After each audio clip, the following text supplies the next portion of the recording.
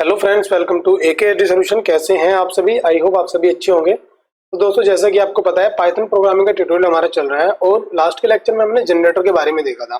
Generator से पहले हमने इटरेटर के बारे में देखा था। तो दोस्तों, अगर अभी तक आपने वो दो लेक्चर नहीं देखे हैं, उनको देख लीजिएगा, क्योंकि आपको बेसिक अंडरस्टैंडिंग हो जाएगी कि एक्चुअल में इटरेटर होता क्या है, कैसे वहां पर डेटा इटरेट होता है, कैसे फॉर लूप एग्जीक्यूट होता है, जो भी इनकी इंटरनल वर्किंग है वो सब मैंने स्टेप बाय स्टेप आपको बता रखी है। कैसे उसको हम बिना फॉर लूप के भी कर सकते हैं, कैसे हम डेटा प्रोड्यूस कर सकते हैं किसी फंक्शन के थ्रू, किस फंक्शन को जनरेटर कहा जाता है, वो सब चीजें मैंने आपको लास्ट के लेक्चर में बता रखी है। तो दोस्तों, अगर आप वो लेक्चर नहीं देखा है तो उसको देख लीजिएगा, जिससे कि आपको प्रॉपर अंडरस्टैंडिंग हो जाए। आज हम क्या देखने वाले हैं दोस्तों? आज हम फाइल हैंडलिंग स्टार्ट करने वाले हैं। फाइल हैंडलिंग क्या होती है, कैसे उसको यूज करते हैं, वो सब चीजें आज हम स्टार्ट करने वाले हैं। तो दोस्तों, बिना टाइम वेस्ट करते हुए करते हैं स्टार्ट। Let's start.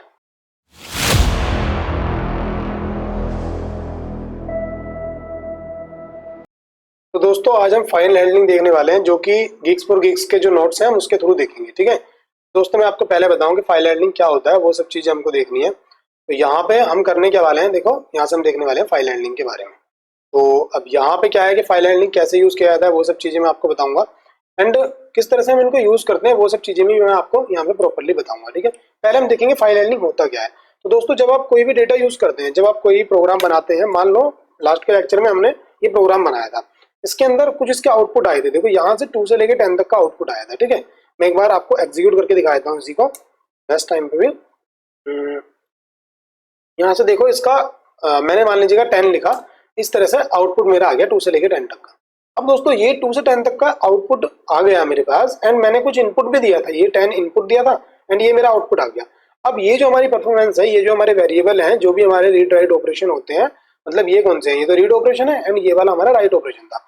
तो ये ऑपरेशन जो है हमारे कहीं पे सेव नहीं होते। ठीक है, कुछ टाइम के लिए टेम्परेली यहाँ पे स्टोर थे।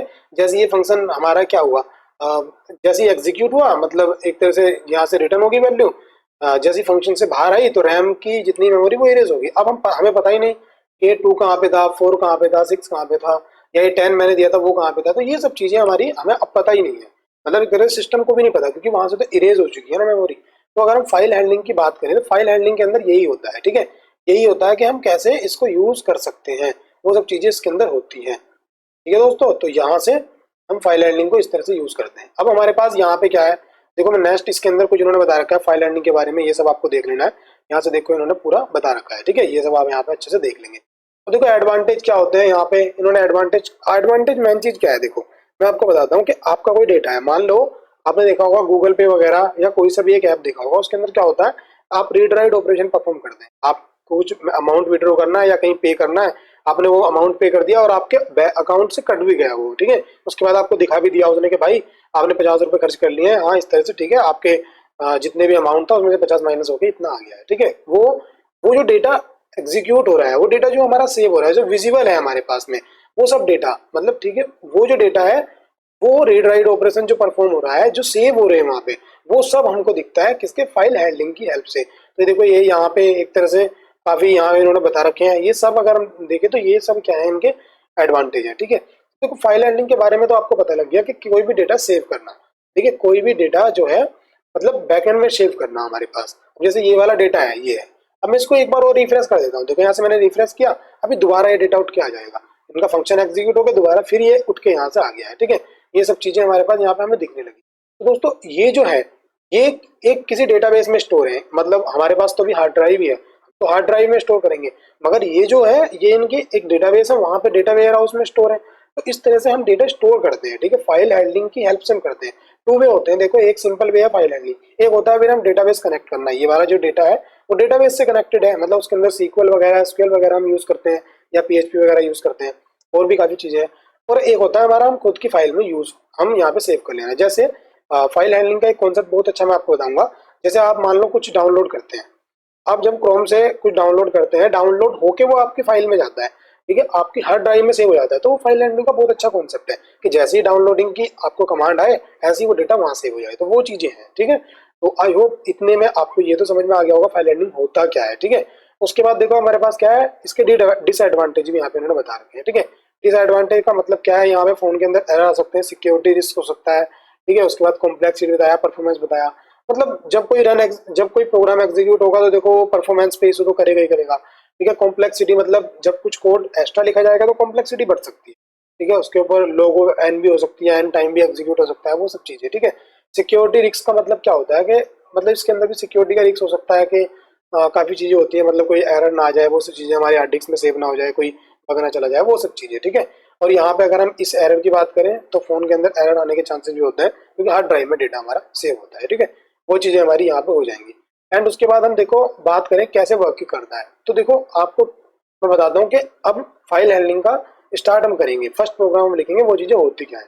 तो देखो दोस्तों यहाँ पे इन्होंने ओपन के बारे में बता रखा है कि एक एफ ओपन करके एक फंक्शन होता है, उसे हम यूज करते हैं, ठीक है। यहाँ मैं बताऊंगा, देखो ये हमारे पास एग्जाम्पल पड़ा हुआ है, इसको हम देखेंगे, ठीक है। यहाँ पे क्या है कि सबसे पहले तो एक एफ यहाँ पे इन्होंने ये दिया हुआ है कि एक तो एफ या ये तो एक तरह का पॉइंटर होता है, ठीक है।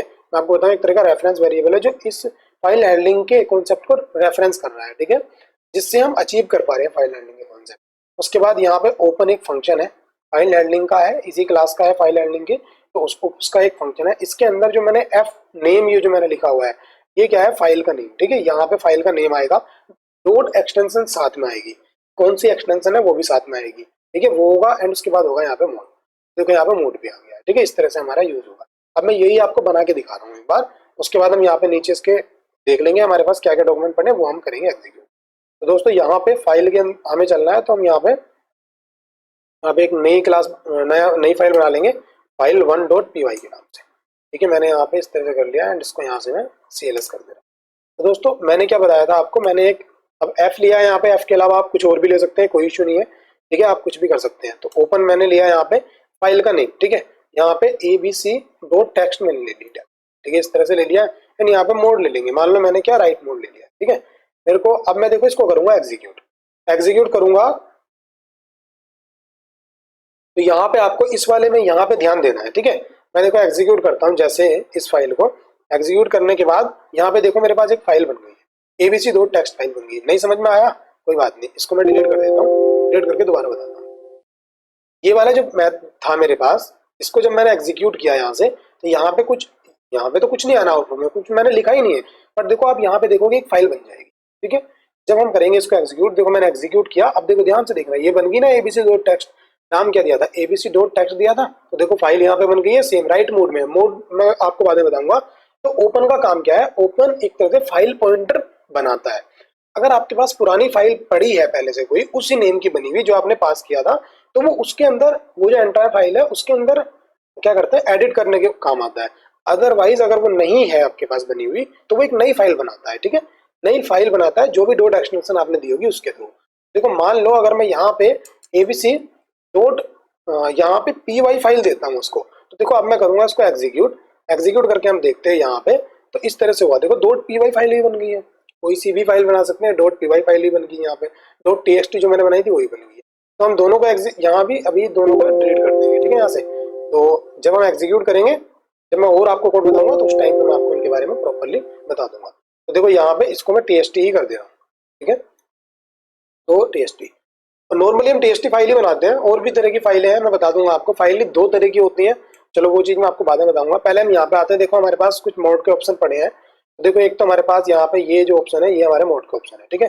मोड का मतलब क्या होता है, जैसे एक तरह से कह सकते हैं कि किस मोड में हमें यूज करना है, मतलब दो ही ऑपरेशन होते हैं देखो फाइल के अंदर, एक रीड एंड एक राइट, रीड करना है या राइट करना है। दोस्तों अभी थोड़ा थ्योरेटिकल पार्ट चल रहा है, तो इस वजह से आपको बोरिंग सा लग रहा होगा, बट आप परेशान मत होइए, अभी कुछ टाइम में हम इसमें क्या करेंगे, प्रैक्टिकल करेंगे ज्यादा, जिससे कि आपको समझ में आ जाएगा। देखो एक तो रीड मोड है, जब हम आर यूज करते हैं तो यहाँ पे रीड यूज होता है, एंड जब हम डब्ल्यू यूज करते हैं तो वो राइट हो गया एक तरह से। ए का मतलब अपेंड, अपेंड का मतलब क्या होता है कि जो डेटा है हमारा, जो हमारा पहले से डेटा उसमें पड़ा होगा उसके साथ साथ हमारा दूसरा डेटा भी आ जाएगा। आर प्लस दोनों फंक्शन यूज हो सकते हैं, डब्ल्यू प्लस दोनों फंक्शन यूज हो सकते हैं, ए प्लस दोनों फंक्शन यूज हो सकते हैं, मतलब प्लस का मतलब रीड राइट दोनों यूज हो सकते हैं, ठीक है। तो ये इस तरह से मोड होते हैं। अब देखो दोस्तों ये तो हो गया, अब मैं आपको एक फंक्शन दिखाता हूँ यहाँ पे। एक फंक्शन क्लोज भी यूज होता है, ठीक है। क्लोज का मतलब क्या होता है वो मैं बताता हूँ आपको। तो दोस्तों जिस तरह से मैंने ओपन किया था इस तरह से मैंने यहाँ पे एफ क्लोज भी यूज करूंगा मैं, तो यहाँ पे एफ के साथ क्लोज यूज इस तरह से करूंगा, एंड यहाँ पे ओके ये मैंने कर दिया, ठीक है। दोस्तों यहाँ से क्या होगा, जो मैंने एफ ओपन की थी फाइल पॉइंटर ओपन किया था ये वाला, अब फाइल एफ क्लोज करके जो फाइल पॉइंटर मेरा बना था ना वो मेरा क्लोज हो जाएगा, मतलब उसका जो ऑब्जेक्ट बना हुआ है वो क्लोज हो जाएगा। तो उससे क्या होगा कि अब इसके अंदर जो बग आने के चांसेस होते हैं या कोई इलीगल डेटा हमारा फाइल में आ जाता है वो नहीं आएगा। ठीक है, तो क्लोज का मतलब मैं आपको बताता हूँ, दोनों चीजें जरूर करनी चाहिए आपको। जब आप फाइल के अंदर कुछ रीड राइट ऑपरेशन करना चाहते हो तो आप ओपन करो, एंड जैसे ही हमारे ऑपरेशन परफॉर्म हो जाता है उसके बाद हमें क्लोज कर देना है। ठीक है, इस तरह से हम क्लोज कर देंगे। तो दोस्तों आज के पार्ट में क्या था, ओनली थ्योरी थी जिसमें मैंने आपको बताया था कैसे हम एक फाइल क्रिएट कर सकते हैं, एफ ओपन को हम कैसे यूज कर सकते हैं, एफ क्लोज को हम कैसे यूज कर सकते हैं। अब नेक्स्ट पार्ट में मैं इसके अंदर क्या क्या ऑपरेशन परफॉर्म कर सकते हो, आप कैसे इसके अंदर डेटा डाल सकते हो, वो सब चीजें मैं अब नेक्स्ट पार्ट में आपको बताऊंगा। सो अगर वीडियो आपको अच्छी लगी हो तो वीडियो को लाइक कीजिएगा, ज्यादा से ज्यादा वीडियो को शेयर करना है, एंड क्रिएटिव सॉल्यूशन को कर लेना subscribe. So thanks for watching, मिलते हैं नेक्स्ट वीडियो में, टेक केयर।